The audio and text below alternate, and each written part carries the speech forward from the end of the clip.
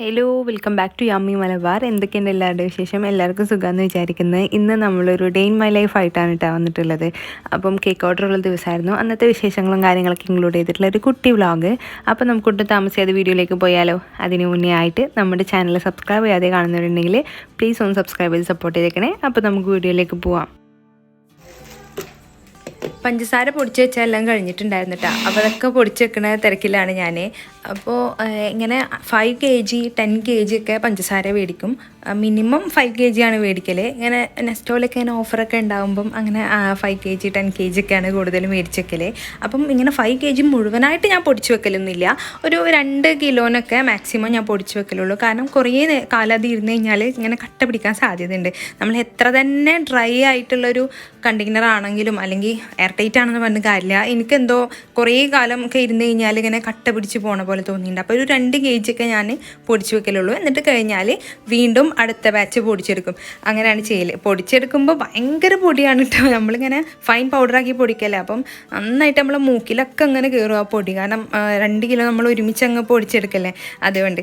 അപ്പം പഞ്ചസാര ഇത് 2 kg ഞാൻ പൊടിച്ച് മാറ്റി വെച്ചിട്ടുണ്ട്. അപ്പോൾ ഞാൻ ഇനിയിപ്പോൾ ചെയ്യാൻ പോണത് ഒരു 1 kgയുടെ വാനില സ്പഞ്ച് നമുക്ക് ചെയ്തെടുക്കണം. അത് നമുക്ക് ടെൻഡർ കോക്കനട്ട് കേക്ക് 1 kg നോർമലായിട്ട് കസ്റ്റമൈസേഷൻ ഒന്നുമില്ല, അത് നമുക്ക് ഓർഡർ ഉണ്ട്. അപ്പോൾ അതിന് വേണ്ടിയിട്ട് ഞാൻ ആദ്യം നമ്മുടെ കേക്കിൻ്റെ സ്പഞ്ച് ചെയ്തെടുക്കാൻ വേണ്ടിയിട്ട് പോവാണ്. ഈ ഒരു സ്റ്റാൻഡ് മിക്സർ എൻ്റെ ഒരു ലൈഫ് സേവിങ് ടൂളാണെന്ന് തന്നെ പറയാം. ഞാൻ കുറേ വൈകിട്ടാണ് ഈ ഒരു സ്റ്റാൻഡ് മിക്സർ മേടിച്ചിട്ടുള്ളത്. നിങ്ങൾക്ക് അത്യാവശ്യം ഓർഡേഴ്സൊക്കെ ഉള്ള ബേക്കറാണ് എങ്കിൽ നിങ്ങൾ ഡെഫിനറ്റ്ലി നിങ്ങൾക്ക് എന്തായാലും ഒരു സ്റ്റാൻഡ് മിക്സർ വേണം. എനിക്ക് ആ സമയത്ത് ഇങ്ങനെ സ്റ്റാൻഡ് മിക്സർ മേടിക്കാനുള്ള ഫിനാൻഷ്യൽ കപ്പാസിറ്റി ഇല്ലാഞ്ഞിട്ടൊന്നുമല്ല, ബട്ട് എനിക്ക് അത് തോന്നിയില്ല കേട്ടോ അത് മേടിക്കാൻ വേണ്ടിയിട്ട്. പക്ഷേ ഇത് യൂസ് ചെയ്തപ്പോൾ എനിക്ക് മനസ്സിലായി ഞാൻ എന്തുകൊണ്ട് ഇത് മുമ്പ് ഞാൻ യൂസ് ചെയ്തില്ലാന്ന്. കാരണം അത്രയും എൻ്റെ കാര്യങ്ങളൊക്കെ ഈസി ആക്കി തന്നിട്ടോ. പിന്നെ ഇങ്ങനെ വേറെയും ഓർഡേഴ്സ് ഉണ്ടാകുമ്പം ഈ ഒരു ഇതിൽ നമ്മൾ കേക്ക് സ്പഞ്ച് ചെയ്തെടുക്കുകയാണെങ്കിലും നമുക്ക് ഹാൻഡ് ബീറ്ററിൽ നമുക്ക് വേറെ സ്പഞ്ച് പോകാമെന്നുണ്ടെങ്കിൽ ക്രീമൊക്കെ ബീറ്റ് ചെയ്തെടുക്കും ചെയ്യും. അപ്പം പിന്നെ എനിക്കെൻ്റെ ടൈം അത്രയും സേവ് ചെയ്യാൻ വേണ്ടിയിട്ട് പറ്റുന്നുണ്ട്. ചിലപ്പോൾ എനിക്ക് തോന്നും മുമ്പ് ഒരു പക്ഷേ എൻ്റെ മോള് ഉണ്ടായിരുന്നില്ലല്ലോ, അപ്പം എനിക്കൊരുപാട് സമയം ഉണ്ടായിരുന്നു. അപ്പോൾ അതുകൊണ്ട് എനിക്ക് സമയത്തിൻ്റെ വില അത്ര കണ്ട് അറിഞ്ഞിട്ടുണ്ടാവില്ല. അതായിരിക്കും ചിലപ്പോൾ എനിക്ക് അന്ന് ഇത് മേടിക്കണം അല്ലെങ്കിൽ ഇതൊരു നെസസറി ആണ് എന്ന് എനിക്ക് തോന്നാതിരുന്നത്. അപ്പം ഈ ഒരു നമ്മുടെ എഗ്ഗും പഞ്ചസാരയും വാനില എസൻസ് ഒക്കെ ബീറ്റ് ആവണേ ആ ഒരു സമയം കൊണ്ട് ഞാൻ നമ്മുടെ കേക്കിന് ഡ്രൈ ഇൻഗ്രീഡിയൻസ് അരിച്ചെടുക്കണുള്ളൂ. ഇപ്പം ആദ്യം നമുക്ക് ഈ ഒരു സ്റ്റാൻഡ് മിക്സർ ഇല്ല എന്നുണ്ടെങ്കിൽ ആദ്യം തന്നെ ഡ്രൈ ഇൻഗ്രീഡിയൻസ് അരിച്ച് വെച്ചതിന് ശേഷമാണ് ഞാൻ ഈ ഒരു മുട്ടയും പഞ്ചസാരൊക്കെ ബീറ്റ് ചെയ്യൽ.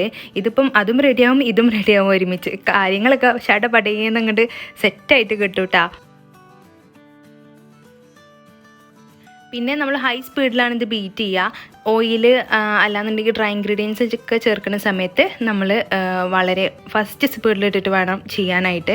പിന്നെ ഡ്രൈ ഇൻഗ്രീഡിയൻസ് മിക്സ് ചെയ്യാൻ വേണ്ടിയിട്ടുള്ള ഫോൾഡ് ചെയ്യുന്ന ആ ഒരു ഹുക്ക് വേറെയാണ് കേട്ടോ, ഈ ഒരു ടൈപ്പാണ്. അപ്പോൾ നമ്മുടെ കേക്കിൻ്റെ ബാറ്റർ ഇവിടെ സെറ്റായിട്ടുണ്ട്. ബേക്ക് ചെയ്യാൻ വെച്ചു.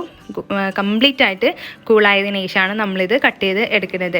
വാനില സ്പഞ്ചിൻ്റെ ഒക്കെ റെസിപ്പി നമ്മുടെ ചാനലിലുണ്ട്, അതുകൊണ്ടാണ് ഞാൻ ഡീറ്റെയിൽ ആയിട്ട് കാണിക്കാത്തത്. പിന്നെ ഈ ഒരു വീഡിയോയിൽ ഞാൻ ഒരു 2 kg വെയിറ്റ് വരുന്ന ടോൾ കേക്ക്സിൻ്റെയും അതുപോലെ തന്നെ കപ്പ് കേക്ക്സ് അതിന് വേണ്ടിയിട്ടുള്ള ബാറ്ററിൻ്റെ അളവും കാര്യങ്ങളൊക്കെ എങ്ങനെയാണെന്ന് ഞാൻ അതിൽ കാണിക്കുന്നുണ്ട് കേട്ടോ. അത് നമുക്ക് റെഡ് വെൽവെറ്റാണ് ഫ്ലേവർ വന്നിട്ട്. പിന്നെ നിങ്ങൾ ഏത് ഹോം ബേക്കേഴ്സിൻ്റെ വീഡിയോ കണ്ടാലും എല്ലാവരും ഡിഫറെൻ്റ് ആണ് അല്ലേ. ഇപ്പം ഞാൻ മുമ്പ് കേക്ക് ഉണ്ടാക്കാൻ പഠിക്കുന്ന സമയത്ത് ഒരാളെ റെസിപ്പി നോക്കുകയാണെങ്കിൽ ഒരാളെ റെസിപ്പി വേറെ ആയിരിക്കും. അപ്പം നിങ്ങൾ എൻ്റെ റെസിപ്പി എന്നെ എക്സാക്റ്റ് ഫോളോ ചെയ്യണമെന്ന് ഞാൻ പറയലില്ല. റെഡ് വെൽവെറ്റ് പല ടൈപ്പിൽ ആൾക്കാർ ചെയ്തെടുക്കലുണ്ട്. ചിലർ എഗ്ലെസ് ആയിട്ട് ചെയ്യും, കൂടുതലായിട്ട് മിൽക്ക് യൂസ് ചെയ്തിട്ട് അങ്ങനെ ചെയ്യുന്നുണ്ട്. ഞാൻ ചെയ്യുന്ന ഒരു പ്രൊപ്പോർഷനേറ്റാണ് നിങ്ങളായിട്ട് ഷെയർ ചെയ്യുന്നത്. ഇതിപ്പോൾ 2 kg വെയിറ്റ് വരുന്ന കേക്കിനും അതുപോലെ തന്നെ 6 കപ്പ് കേക്ക്സിനും വേണ്ടിയിട്ടുള്ള മെഷർമെൻ്റ് ആണ് കേട്ടോ ഞാനിവിടെ പറയുന്നത്. നമ്മളിവിടെ 10 മുട്ടയും 2.5 കപ്പ് പൊടിച്ച പഞ്ചസാരയും 2.5 ടീസ്പൂൺ അളവിൽ വാനില എസൻസും കൂടിയിട്ട് ചേർത്തിട്ട് നമുക്ക് ആദ്യം ഒന്ന് നല്ലതുപോലെ ബീറ്റ് ചെയ്തെടുക്കുക. നമ്മൾ സാധാ സ്പഞ്ച് പോലെ തന്നെ നന്നായിട്ട് നല്ല ഫ്ലഫി ആയിട്ട് ഇതങ്ങ് പതഞ്ഞ് പൊങ്ങി വരണം. അതുവരെ നമുക്ക് ബീറ്റ് ചെയ്ത് കൊടുക്കണം.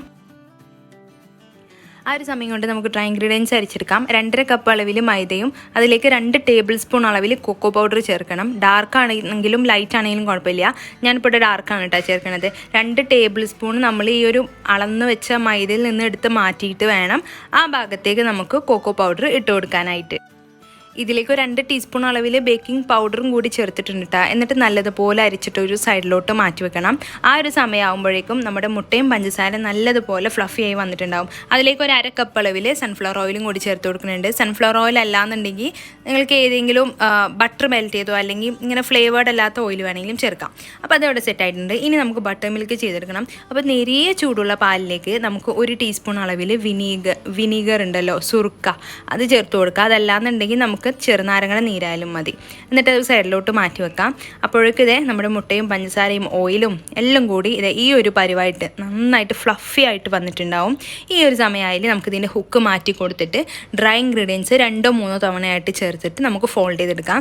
ഇതേപോലെ ഇപ്പോൾ നിങ്ങൾക്ക് സ്റ്റാൻഡ് മിക്സർ ഇല്ലാത്തവരാണെങ്കിൽ നിങ്ങളുടെ സ്പാച്ചിൽ വെച്ചിട്ട് നിങ്ങൾ ഫോൾഡ് ചെയ്ത് കൊടുത്താൽ മതി. അതിൻ്റെ ഇടയ്ക്ക് നമുക്ക് ബട്ടർ മിൽക്കും കൂടി ചേർക്കണം. എല്ലാ ഇൻഗ്രീഡിയൻസും അതിൻ്റെ മെഷർമെൻറ്റും ഞാൻ ഡിസ്ക്രിപ്ഷൻ ബോക്സിൽ കൊടുക്കുന്നുണ്ട് കേട്ടോ. നിങ്ങൾ അത് പോയിട്ട് ചെക്ക് ചെയ്താൽ മതി. എന്തായാലും പ്രോസസ്സും കാര്യങ്ങളൊക്കെ നിങ്ങൾക്ക് മനസ്സിലായല്ലോ. അപ്പം ഇനി കറക്റ്റായിട്ട് അളവും കൂടി എടുത്തു കഴിഞ്ഞാൽ നല്ല അടിപൊളി റെഡ് വെൽവെറ്റ് സ്പഞ്ച് നിങ്ങൾക്ക് ചെയ്തെടുക്കാനായിട്ട് പറ്റും. ഈ ഒരു റെഡ് വെൽവെറ്റ് സ്പഞ്ചിലേക്ക് നമ്മൾ കോക്കോ പൗഡർ ചേർക്കണം. എന്തിനാണെന്ന് വെച്ചാൽ നമ്മൾ റെഡ് കളർ ചേർക്കുമല്ലോ. അപ്പോൾ അതിൻ്റെ ആ ഒരു റെഡിൻ്റെ ആ ഒരു ഇൻറ്റൻസിറ്റി, ആ ഒരു കളറിൻ്റെ ഡെപ്ത്ത് ഒന്ന് കൂട്ടാൻ വേണ്ടിയിട്ടാണ് നമ്മളിതിലേക്ക് കോക്കോ പൗഡർ ചേർക്കുന്നത്. ഇപ്പം ഞാനിതിലേക്ക് കളറായിട്ട് യൂസ് ചെയ്യുന്നത് റെഡ് കളറും അതുപോലെ തന്നെ പിങ്ക് കളറും കൂടി ഇതിലേക്ക് ചേർക്കുന്നുണ്ട്. ഒരെണ്ണം ഞാൻ മാജിക് കളേഴ്സിൻ്റെ പിങ്ക് കളറും ഒരെണ്ണം ഈ ഒരു ബ്രാൻഡാണ് സൂപ്പർ റെഡ് എന്ന് ചേർക്കുന്നത്. ഇതിൻ്റെ ബ്രാൻഡിൻ്റെ പേര് എനിക്ക് ഓർമ്മയില്ല കേട്ടോ. ഈ ഒരു ടൈപ്പ് റെഡാണ് ചേർക്കുന്നത്. ഇപ്പം നിങ്ങൾക്കിപ്പോൾ അധികം റെഡൊന്നും കളറൊന്നും വേണ്ടാന്നുണ്ടെങ്കിൽ റെഡ് കളർ മാത്രം ചേർത്താലും മതിട്ടോ. ഞാനൊരു ഏകദേശം ഒരു മെറൂൺ ഷെയ്ഡ് അല്ലെങ്കിൽ വേറൊരു കളറ് നമ്മുടെ റെഡ് വെൽവെറ്റ് കേക്കിൻ്റെ സ്പഞ്ച് കിട്ടാൻ വേണ്ടിയിട്ടാണ് ഇങ്ങനെ ചേർക്കുന്നത്. അതിൽ കൂടുതലും നമ്മൾ ചേർക്കേണ്ടത് റെഡും പിങ്കും ഒരേ പ്രൊപ്പോർഷനായിട്ട് ചേർക്കണം. 2 ഡ്രോപ്പ് പിങ്കാണ് ചേർക്കണമെങ്കിൽ 2 ഡ്രോപ്പ് നമുക്ക് റെഡ് കളർ ചേർക്കണം. അങ്ങനെയാണ് കേട്ടോ ചെയ്തെടുക്കേണ്ടത്. ഈ ഒരു കളറ് പിങ്ക് കളറാണ് ഞാൻ യൂസ് ചെയ്തിട്ടുള്ളത്. മാജിക് കളേഴ്സിൻ്റെ ബസൂക്ക പിങ്കാണ് യൂസ് ചെയ്തിട്ടുള്ളത്. അപ്പോൾ നമ്മുടെ കേക്കിൻ്റെ ബാറ്റർ ഇവിടെ റെഡി ആയിട്ടുണ്ട്. ഇനി അവസാനത്തെ സ്റ്റെപ്പ് എന്ന് പറയുന്നത് ഒരു 1/2 ടീസ്പൂൺ അളവ് ബേക്കിംഗ് സോഡ എടുത്തിട്ടുണ്ട്. അതിലേക്ക് കുറച്ച് വിനീഗർ, നമ്മുടെ സുർക്കം കൂടി ചേർത്തിട്ട് മിക്സ് ചെയ്തിട്ട് അത് പതഞ്ഞ് വന്നു കഴിഞ്ഞാൽ ഈ ബാറ്ററിലോട്ട് ചേർക്കുക. നന്നായിട്ട് ഫോൾഡ് ചെയ്തെടുക്കുക. അപ്പം നമ്മുടെ ബാറ്റർ ഇത്രയേ ഉള്ളൂ. എല്ലാ കേക്ക് മോൾഡിലോട്ടും ഞാൻ ആക്കി കൊടുത്തിട്ടുണ്ട്. 6 ഇഞ്ചിൻ്റെ കേക്ക് മോൾഡാണ് എടുത്തിട്ടുള്ളത്. നമുക്ക് ബേക്ക് ചെയ്തെടുക്കാം. ബേക്ക് ചെയ്തെടുക്കാനായിട്ട് 30 മിനിറ്റ്സ് ആണ് 170 ഡിഗ്രി സെൽഷ്യസിൽ നമ്മുടെ കേക്ക് ടിന്നിന് ആവശ്യം വന്നിട്ടുള്ളത്. കപ്പ് കേക്കിന് 10 മിനിറ്റേ ആവശ്യം വന്നിട്ടുള്ളൂ കേട്ടോ. അപ്പോൾ ഇനി എല്ലാം ചൂടൊക്കെ മാറിയതിന് ശേഷം നമുക്കിതിൽ നിന്ന് ഡീമോൾഡ് ചെയ്തെടുത്തിട്ട് നമുക്ക് കേക്ക് ഫ്രോസ്റ്റ് ചെയ്യാൻ വേണ്ടിയിട്ട് തുടങ്ങാം. അപ്പോൾ ഞാൻ തലേ ദിവസം ഇതൊക്കെ ഏകദേശം ഒരു ഉച്ചയൊക്കെ ആകുമ്പോഴത്തേനും പരിപാടിയൊക്കെ സെറ്റ് ചെയ്തിട്ട് ഫ്രിഡ്ജിൽ വെച്ചിട്ടുണ്ടായിരുന്നു. നമുക്ക് ചെറിയൊരു ഷോപ്പിംഗ് ഉണ്ട് കേട്ടോ. അന്ന് നോമ്പൊക്കെ ആവാൻ അതിൻ്റെ ഷോപ്പിംഗ് ഉണ്ട്, ഗ്രോസറി ഷോപ്പിംഗ് ഉണ്ട്. അപ്പം വേഗം തന്നെ പരിപാടികളൊക്കെ കേൾക്കാൻ വേണ്ടിയിട്ട് പോവാണ് കേട്ടോ. പിറ്റേ ദിവസം നമുക്ക് രാവിലെയാണ് ഈ കേക്ക് കൊടുക്കേണ്ടിയിരുന്നത്. അപ്പം ഞാൻ മാക്സിമം തലേദിവസം തന്നെ എല്ലാം ചെയ്ത് സെറ്റാക്കി വെക്കലുണ്ട്. അപ്പോൾ ഈ ഒരു കേക്കൊക്കെ ചൂടൊക്കെ മാറിയിട്ടുണ്ട്. ഇനി ഇത് ഡീമോൾഡ് ചെയ്തിട്ട് നമ്മൾ ഐസിങ് ചെയ്തെടുക്കാൻ വേണ്ടിയിട്ട് പോവുകയാണ്. പിന്നെ ചിലർ ചോദിച്ചിട്ടുണ്ട് കപ്പ് കേക്ക്സ് നിങ്ങൾ വെറ്റ് ചെയ്യുമോയെന്ന്. ഞാൻ വെറ്റ് ചെയ്യലുണ്ട്. ഓവറായിട്ടില്ല, നമ്മൾ കേക്ക് പോലെ ഓവറായിട്ട് വെറ്റ് ചെയ്യലില്ല. ചെറിയൊരു വെറ്റ്നെസ് കൊടുക്കലുണ്ട്. അപ്പോൾ കഴിക്കുമ്പം നല്ല ടേസ്റ്റ് ഉണ്ടാവും. ചെയ്തിട്ടില്ലാതെ കഴിക്കാൻ പറ്റിയ കപ്പ് കേക്കിൻ്റെ റെസിപ്പി വേറെ ഉണ്ട് കേട്ടോ. കാരണം ഇത് നമ്മൾ കേക്കിൻ്റെ സെയിം ബാറ്റർ കൊണ്ടാണ് കപ്പ് കേക്ക് ചെയ്യുന്നത്. അപ്പം വെറ്റ് ചെയ്യാതെ ഒരു സുഖം ഉണ്ടാവില്ല. അപ്പോൾ ഞാൻ വെറ്റ് ചെയ്യുന്നതാണ് ഒന്നും കൂടി പ്രിഫർ ചെയ്യൽ.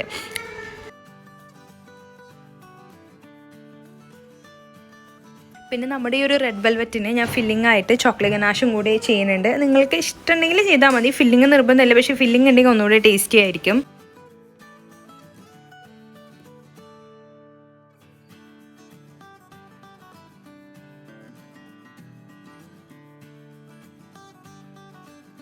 ഈ ടോൾ കേക്ക്സ് ഒക്കെ ആകുമ്പം നമ്മൾ തലേ ദിവസം തന്നെ ഫ്രിഡ്ജിൽ സെറ്റ് ചെയ്യാൻ വേണ്ടി മാറ്റി വെക്കണം. എന്നാലേ നമുക്ക് കറക്റ്റായിട്ട് ഐസിങ് ചെയ്തെടുക്കാനായിട്ട് പറ്റുള്ളൂ. അല്ലാന്നുണ്ടെങ്കിൽ നമുക്ക് ഇടപെടിച്ചിട്ട് നമുക്ക് ഒരിക്കലും ചെയ്യാൻ പറ്റുമല്ലോ. സിംഗിൾ ലെയറാണെന്നും നോക്കിയിട്ട് കാര്യമില്ല. ഇപ്പോൾ നമ്മൾ 2 ടയർ നമ്മൾ സെറ്റാക്കി വെക്കലില്ലേ, അതേപോലെ തന്നെ ടോൾ കേക്ക്സിൻ്റെ കാര്യം കേട്ടോ. അപ്പോൾ ഞാൻ ക്ലിംഗ് റാപ്പർ വെച്ചിട്ട് നല്ലതുപോലെ ഒന്ന് കവർ ചെയ്തിട്ട് കൈ കൊണ്ടൊന്ന് ഷേപ്പ് ചെയ്ത് കൊടുക്കുന്നുണ്ട് കേട്ടോ. അങ്ങാനും ചെരുവെക്കണ്ടെങ്കിൽ ഒന്ന് സെറ്റ് ആയിക്കോട്ടെ എന്ന് വിചാരിച്ചിട്ട്. എന്നിട്ട് പിറ്റേ ദിവസമാണ് ഞാനിതൊക്കെ ഐസിങ് ചെയ്തെടുക്കുന്നത്. അപ്പോൾ നമ്മുടെ കപ്പ് കേക്ക്സൊക്കെ തലേ ദിവസം തന്നെ സെറ്റ് ചെയ്ത് പാക്ക് ചെയ്തിട്ട് ഫ്രിഡ്ജിൽ മാറ്റി വെച്ചിട്ടുണ്ടായിരുന്നു. അപ്പം പിന്നെ നമുക്ക് അതിൻ്റെ ഡെക്കറേഷൻ വർക്ക് മാത്രമേ ഉണ്ടാവുള്ളൂ പിറ്റേ ദിവസത്തിന്. പിന്നെ ഈ ഒരു കേക്ക് ഫോണ്ടൻ്റ് വർക്ക്, ചെറുതായിട്ടൊരു ഫോണ്ടൻ്റ് വർക്ക് കൂടി വരുന്നുണ്ട്. അങ്ങനെ അതൊക്കെ സെറ്റ് ചെയ്ത് ഫ്രിഡ്ജിൽ മാറ്റി വെച്ചിട്ടുണ്ട്. അപ്പോൾ നമുക്കൊരു കൊറിയർ വന്നിട്ടുണ്ടായിരുന്നു കേട്ടോ.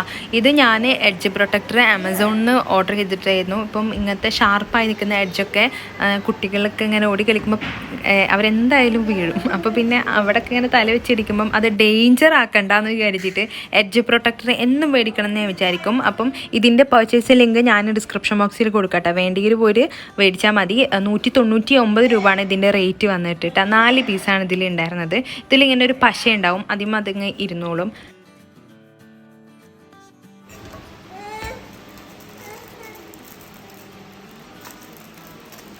അതുപോലെ തന്നെ നീഹക്ക് ഇങ്ങനെ ആൽഫബറ്റ്സും നമ്പേഴ്സും ഷേപ്സും വരുന്ന ഈ ഒരു സെറ്റും കൂടി അന്ന് തന്നെ കൊറിയർ വന്നിട്ടുണ്ടായിരുന്നു. ഇതെങ്ങനെ ABC വെക്കണതാട്ടാ. നോക്ക് നോക്ക്, ABC. ഇത് വെച്ചേ, ഓ ഇതിൽ വെച്ചേ, ഓ ഇത് വെച്ചേ. അതുപോലെ തന്നെ ഈ ഒരു വാട്ടർ ബുക്ക് എന്ന് അതിന് പറയാം. ഈ ഒരു പെന്നിൽ നമ്മൾ വെള്ളം ഫില്ല് ചെയ്തിട്ട് ഇങ്ങനെ ഡ്രോ ചെയ്ത് കഴിഞ്ഞാൽ അതിലുള്ള പിക്ചർ അങ്ങ് തെളിഞ്ഞു വരും കേട്ടോ.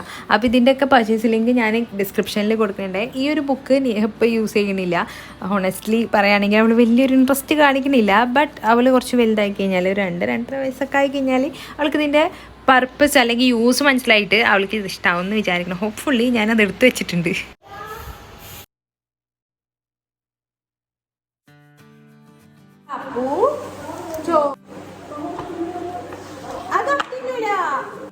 പിന്നെ നീഹനായിട്ടുള്ള കുറച്ച് ചെറിയുള്ള ഒരു പ്ലേ ടൈമാണ്.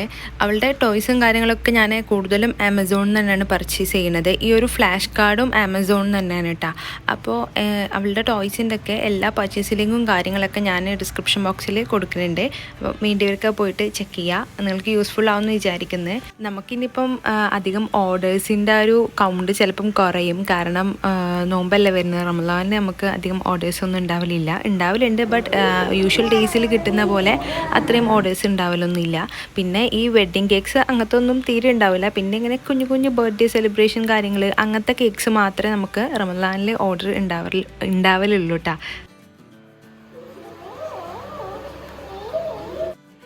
അപ്പോൾ നമ്മുടെ ഗ്രോസറി ഷോപ്പിങ്ങും കാര്യങ്ങളൊക്കെ കഴിഞ്ഞിട്ട് കേട്ടോ. അതിൻ്റെ വീഡിയോ ഒന്നും ഷൂട്ട് ചെയ്യാൻ വേണ്ടി മറന്നുപോയി. ഞാനിത് ബില്ലിടാൻ വേണ്ടി കൗണ്ടറിൽ എടുക്കുന്ന സമയത്താണ് ഞാൻ വ്ളോഗ് എന്തായാലും ഇന്ന് ഷൂട്ട് ചെയ്തല്ലോ, ഇത് ഷൂട്ട് ചെയ്യാൻ മറന്നുപോയി എന്ന് വിചാരിച്ചത്. അപ്പോൾ പിന്നെ വേറൊരു വഴിയില്ല. അപ്പം എല്ലാ സാധനങ്ങളും മേടിച്ചിട്ട് അതേ ബില്ലിട്ട് വന്നു. എന്നിട്ട് ഞങ്ങൾ അന്ന് പുറത്തുനിന്നായിരുന്നു ഫുഡൊക്കെ കഴിച്ചിട്ടുണ്ടായിരുന്നു കേട്ടോ.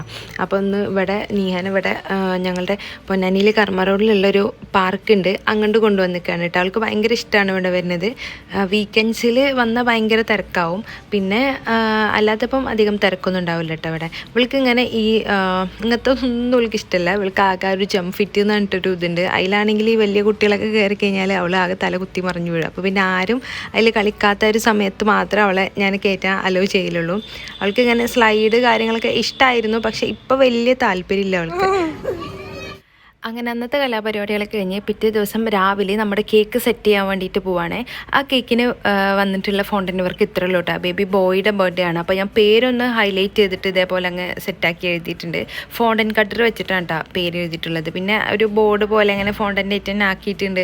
എന്നിട്ട് നമുക്ക് ഇത് നല്ലപോലെ ഡ്രൈ ആയി കഴിഞ്ഞാൽ കേക്കിൽ നമുക്കിത് അറ്റാച്ച് ചെയ്യാം. നമ്മൾ ചെറിയ ചെറിയ ഡീറ്റെയിലിങ് കേക്കിന് നല്ലൊരു ലുക്ക് കൊടുക്കും. അപ്പോൾ ഇങ്ങനെ റിബൺസ് വെച്ചിട്ട് ചെയ്യുന്ന കേക്ക്സ് ആകുമ്പം ഇതേപോലെ ഒരു ടൂൾ ഉണ്ടാവും. അത് വെച്ചിട്ട് നമ്മുടെ ഈ ഡ്രസ്സിലൊക്കെ ഇങ്ങനെ തുന്നുന്ന ഒരു മോഡലില്ലേ, അത് കിട്ടാൻ വേണ്ടിയിട്ടാണ്. സാധാരണ വേറൊരു ഫോണ്ടൻ ടൂളാണ്, അത് ഇന്ത്യയിൽ ഇല്ല. ഒരു ടയർ പോലത്തെ ഇങ്ങനെ റോൾ ചെയ്യുന്ന ഒരു ടൈപ്പ്, നമ്മുടെ ഈ ഒരു പിസ്സ കട്ടർ പോലത്തെ, അത് ഇന്ത്യയിൽ ഇല്ലാത്തതുകൊണ്ട് ഞാൻ ഇത് വെച്ചിട്ടാണ് ചെയ്യുന്നത്. കണ്ടില്ലേ, ഇതേപോലെ അങ്ങ് ഞാൻ പ്രസ് ചെയ്ത് കൊടുത്താൽ ആ ഒരു സ്റ്റിച്ചിൻ്റെ പോലെ നമുക്ക് ഇത് കിട്ടും.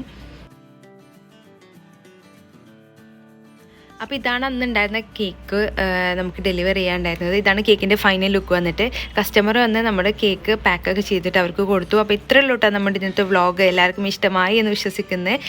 ഇഷ്ടമായി കഴിഞ്ഞാൽ എന്നും പറയുന്ന പോലെ തന്നെ എല്ലാവരും ഒന്ന് ലൈക്ക് ചെയ്യുക, ഷെയർ ചെയ്യുക. പിന്നെ നമ്മുടെ ചാനൽ സബ്സ്ക്രൈബ് ചെയ്യാതെ കാണുന്നവരുണ്ടെങ്കിൽ പ്ലീസ് ഒന്ന് സബ്സ്ക്രൈബ് ചെയ്ത് സപ്പോർട്ട് ചെയ്തേക്കണേ. താങ്ക്